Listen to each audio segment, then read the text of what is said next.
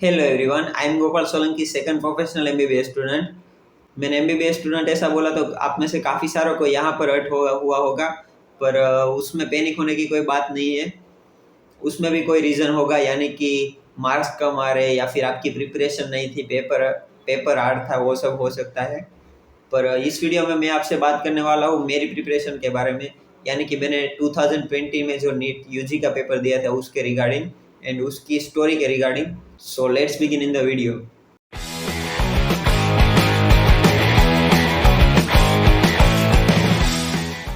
So basically मैं इस video में आपसे मेरी प्रिपरेशन के बारे में या फिर मैंने जो हार्डवर्क किया उसके बारे में एंड उसके बाद में मेरे को मिला हुआ सक्सेस, यानी कि 512 मार्क्स इन नीट, उसके रिगार्डिंग बात करने वाला हूँ। सो वीडियो को एंड तक जरूर देखना। मेरी स्टोरी स्टार्ट होती है 10th के वैकेशन से, जहाँ पर मेरे को इतना पता था कि ए ग्रुप यानी कि इंजीनियरिंग, बी ग्रुप यानी कि डॉक्टर, पर आगे जाके क्या होता है वो सब नहीं पता था। यानी कि ए ग्रुप में जेडब्ल्यू आती है, बी ग्रुप में नीट आती है, ऐसा नहीं पता था। तो मैंने मेरे एक कजिन से बात की कि मेरे को क्या लेना चाहिए, ए ग्रुप या फिर बी ग्रुप, यानी कि साइंस लेना तो मेरा नक्की ही था। तो उसने मेरे को ऐसा सजेस्ट किया कि तू साइंस में अच्छा है एंड तू याद भी बहुत जल्द रख सकता है, तो तेरे को बायोलॉजी लेना चाहिए, यानी कि बी ग्रुप लेना चाहिए। उस टाइम मैं 11th में था, तो मेरे कजिन के साथ ही रह रहा था, यानी कि उसकी जो हॉस्टल थी इंजीनियरिंग वालों की, वहाँ पर ही रह रहा था। तो वहाँ पर इतना बहुत रीडिंग का माहौल नहीं था, तो मैं बहुत बहुत कम रीडिंग करता था। तब भी हमारी स्कूल में ऐसी नीट जैसी टेस्ट ली जाती थी, यानी कि जितना भी सिलेबस पढ़ाया हुआ होता है उसमें से ही टेस्ट रखते हैं। तो एवरी संडे आपको वहाँ पर जाना है एंड टेस्ट देना है। तो उस टाइम पे मेरे को जेन्युइनली 350 तक ही मार्क आते थे, यानी कि मेरे को नहीं पता था कि कैसे इसमें इंक्रीज करे या फिर फिजिक्स, केमिस्ट्री, बायोलॉजी कैसे पढ़ा जाता है, वो उसमें कोई मेरे को गाइडेंस देने वाला नहीं था।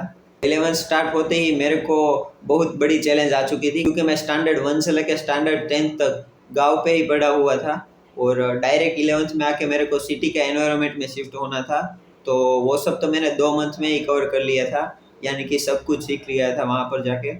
तो मैंने वो इंजीनियरिंग वालों के साथ 6 मंथ गुजारे, यानी कि हॉस्टल में मैंने 6 मंथ वहाँ पर पास किए। उसके बाद मैंने 6 मंथ के बाद हॉस्टल से चेंज कर लिया, यानी कि दूसरी हॉस्टल में चला गया जो मेरी स्कूल के नज़दीक थी। वहाँ पर वो हॉस्टल में ज़्यादा से ज़्यादा स्टूडेंट 11th-12th के ही थे, यानी कि मैं जो स्कूल में पढ़ रहा था वहाँ से ही थे। तो वहाँ पर मैंने अच्छी तरह से पढ़ाई की एंड प्रिपरेशन की। उस टाइम पे मेरा मार्क थोड़ा आगे हुआ, यानी कि 400 या फिर 420 तक हुआ, पर 430 से आगे कभी भी नहीं जा रहा था। उस टाइम पे बोर्ड की एग्ज़ाम हमारी मार्च मंथ में हुआ करती थी, यानी कि गुजरात बोर्ड से जो एग्ज़ाम ली जाती थी वो मार्च मंथ में हुई थी और वो भी हमने कंप्लीट कर दी। और उसके बाद में क्या आ गया, कोविड आ गया, तो लॉकडाउन लग चुका था, तो मार्च मंथ से ही हमको घर जाना पड़ा। एंड जो नीट यूजी की एग्ज़ाम मई मंथ के फर्स्ट वीक में फर्स्ट संडे पर ली जाती थी, वो भी कैंसिल हुई उस टाइम। तो ये एग्ज़ाम एक बार पोस्टपोन हुई ऐसा नहीं है, पर बार बार, यानी कि 3 बार उस टाइम पोस्टपोन हुई थी हमारी एग्ज़ाम। और कोविड शुरू होने से बाद ही हमारी असली कहानी शुरू होती है, क्योंकि जब भी आप हॉस्टल में रह रहे होते हैं तो आपको प्रॉपर एनवायरनमेंट मिलता है, यानी कि आपको कभी कभी रीडिंग करना है, कभी एक्सरसाइज करनी है, कब नहाने जाना है, कब स्कूल पे जाना है, कब एग्जाम देनी है, वो सब का प्रॉपर टाइम होता है। पर जब आप घर पे आ जाते हो तो ऐसा ऐसा कुछ नहीं रहता है। तो घर पे आकर मेरे साथ हुआ ये कि मेरे मार्क्स बहुत कम आने लगे, यानी कि मैं जो 400 तक पहुंचा था स्कूल में 12th में, वो भी डाउन होने लगे, यानी कि 350 तक आ गया था, 330 तक आ गया था, 300 तक मैं आ गया था उस टाइम को। लिटरली मैं कभी कभी रट देता था, तो मेरे दीदी और भैया मेरे को मनाते थे कि ऐसा तो चलता रहता है लाइफ में। उसके बाद भी मैंने मेहनत तो मेरी शुरू ही रखी थी, यानी कि 300, 320, 350 से आगे मैं 400 तक पहुंचा। तो उस टाइम क्या होता है कि आप ग्रोइंग स्टेज में होते हो, इसलिए आप ज़्यादा सेंसिटिव होते हो, यानी कि कोई आपको कुछ कह देना तो भी आप कुछ बोल नहीं सकते, ऐसा कुछ होता। या फिर कोई नया इंसान आपके घर पे आता है तो अभी आप बात नहीं करते, कोई मेहमान आता है तो भी आप छुप जाते हो या फिर बात नहीं करते। मैं भी ऐसा ही करता था, किसी के साथ नहीं बोलता था, घर वालों के साथ भी नहीं बोलता था।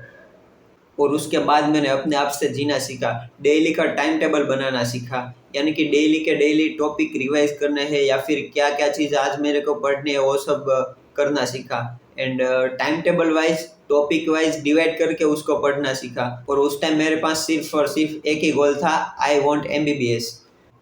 मैंने कहाँ कहाँ पर जाके यानी कि किस किस जगह पर बैठ के पढ़ाई की है, आप सोच भी नहीं सकते। आज के ज़माने में बहुत कम ऐसे स्टूडेंट हो गए कि मेरे जैसे पढ़ाई कर रहा होता है या फिर करता हुआ होगा अभी, क्योंकि मैंने क्या बोलते हैं स्टोर रूम है या फिर मेरे घर के पास एक मंदिर था यानी कि टेम्पल था, वहाँ पर जाके मैंने पढ़ाई की हुई है।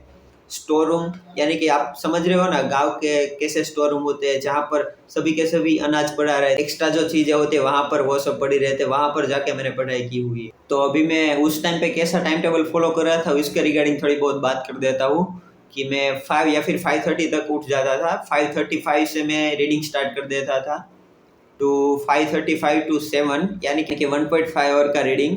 उसके बाद में 7 से लेकर 7:30 तक बात हो गया, ब्रेकफास्ट हो गया, मेडिटेशन हो गया, वो सब करता था। बाद में 7:30 से 10 तक यानी कि 2.5 आवर का रीडिंग। उसके बाद 5 मिनट का ब्रेक।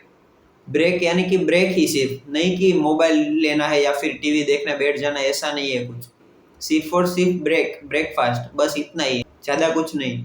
उसके बाद 10 to 12 रीडिंग यानी कि 2 आवर का reading. 12 to 1 lunch plus sleep. बाद में 1 बजे से 2:30 यानी कि 1.5 आवर का रीडिंग या, और उसके बाद 5 मिनट का ब्रेक, और 2:30 से 5 तक रीडिंग। बाद में 5 to 6 हमारी टेस्ट हुआ करती थी। बाद में 6 से 6:45 तक उसका सॉल्यूशन करना एंड उसकी आंसर की आ जाती थी, तो उसके रिगार्डिंग उसके थोड़े बहुत डिस्कशन करता था। बाद में 7 to 8 में डिनर प्लस एक्सरसाइज, ये चीज़ ना बहुत इंपॉर्टेंट चीज़ है। बाद में 8 to 10 में 2 आवर का रीडिंग एंड 10 to 11 या फिर 11:30 1 to 1.5 आवर का रीडिंग रहता था, और 11 साढ़े 11 बजे मैं सो जाता था। यदि आप भी कोई नीट यूजी के स्टूडेंट हो तो अभी मैं 6 बातें बताने वाला हूँ, वो ज़रूर फॉलो करना। First, exercise. क्या करना है आपको, क्विक रनिंग करना है या फिर क्रिकेट वगैरह खेलना है वो। सेकंड, योगा और मेडिटेशन, ये भी बहुत इंपॉर्टेंट चीज़ है क्योंकि आप बहुत बहुत थक जाओगे रीडिंग कर करके। सो योगा करना एंड मेडिटेशन करना बहुत अच्छी बात है। Third, healthy food. Fourth, sleep. Sleep आपको कितनी लेनी है, 6 to 7 hours, not more than 8 hours. Fifth, no social media यानी कि इंस्टाग्राम हो गया, फेसबुक हो गया, और सब नहीं यूज़ करना है। Six and final, goal revision. यदि आपको एमबीबीएस में एडमिशन चाहिए तो हर टाइम आपको आपका गोल याद होना चाहिए, यानी कि आई वॉन्ट एमबीबीएस। फाइनली हमारी एग्ज़ाम 3 बार पोस्टपोन होकर 13th ऑफ सितंबर को कंडक्ट की गई थी एंड उसका रिजल्ट 1 मंथ के बाद आया था, यानी कि सितंबर से लेकर अक्टूबर में उसका रिजल्ट आया था। एंड उस time I was totally shocked क्योंकि मैंने इतने मार्क्स एक्सपेक्ट ही नहीं किए थे। उस टाइम मेरे को मार्क्स आया था 512 out of 720। It was the great success ever, because मैं ऐसा मानता था कि मैंने जो स्टैंडर्ड 1 यानी कि केजी से लेके जो भी 12th तक पढ़ाई की है उसका एक ही रिजल्ट है एंड उसके हिसाब से मेरा आगे सिलेक्शन होने वाला है, यानी कि एमबीबीएस हो गया या फिर आगे का फ्यूचर मेरा डिसाइड होने वाला है। तो मैं ऐसा ही मानता था कि सभी का सभी मेरे जो भी उसमें जिंदगी के 17 साल उसमें लगाए थे उसका एक ही रिजल्ट था, यानी कि 512 मार्क्स आउट ऑफ 720। उस टाइम 500 प्लस मार्क अच्छे ही कहलाते थे, इतना बुरा भी नहीं था। यदि आपको इस वीडियो से कुछ वैल्यू मिली हो या फिर कुछ सीखने को मिला हो, कुछ इंस्पिरेशन मिले हो, कुछ भी मोटिवेशन मिला हो, इस वीडियो को लाइक कीजिए एंड मेरे चैनल को सब्सक्राइब कीजिए। मिलता हूँ आपको नेक्स्ट वीडियो में नई एनर्जी के साथ।